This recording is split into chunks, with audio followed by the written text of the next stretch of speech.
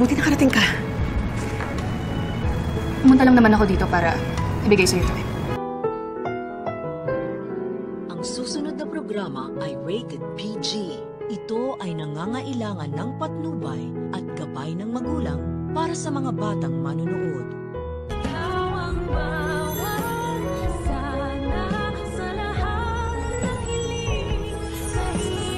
Sa'yo mapupunta ang majority ng kayamanan ni Tanda. Matapos nga nating malaman ang tunay na dahilan kung paano nakilala ni Justin ang kanyang Lolo Pepe at ito may sa pamamagitan ng pag-uutos ni Lolo Pepe kay Quinito na magsagawa ng investigasyon upang hanapin ang kanyang apo. At nagsagawa pa nga ang matanda ng DNA test kay Justin upang mapatunayan niya apo niya nga ito. Ay pilit namang gagawa si Giselle ng paraan upang makausap ang kanyang anak na si Justin. Na sa una nga hindi pa siya makapaniwala ng dahil sa nga paniniwala niya na patay na ito. Kaya naman para magkaroon ng lakas ng loob si Giselle ay magpapasama siya sa kanyang pamangkin na si Annalyn sa isang restaurant upang doon sila makipagkita kay Justin.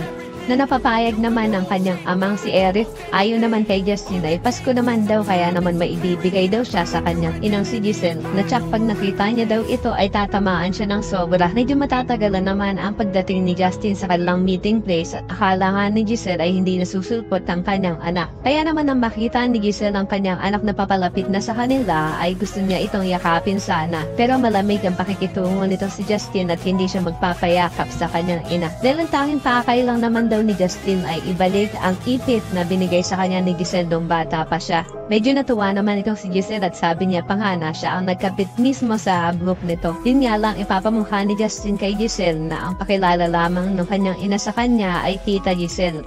Kaya naman dito natatamaan si Giselle at pinagsisisihan niya na daw ang lahat ng ginawa niyang iyon kay Justin. Samantala, ito namang si Moira iniisip pa rin ng mamanahin itong si Zoe. At siguro naman daw ay hindi pa nakikita ni Pepe itong si Justin. Kaya naman, si Zoe pa rin ang tanging tagapagmana ng mga tanyag. Parang hindi naman matutuwa si Zoe sa pinagsasabi ng kanyang demonyitang ina at hindi siya proud dito. Kaya naman ko isa ka rin sa mga umaasang sana naman ay hindi maging kontrabida itong si Justin ay pakilike ang video na ito and don't forget to subscribe. Thanks for watching and see you next time. Bye-bye!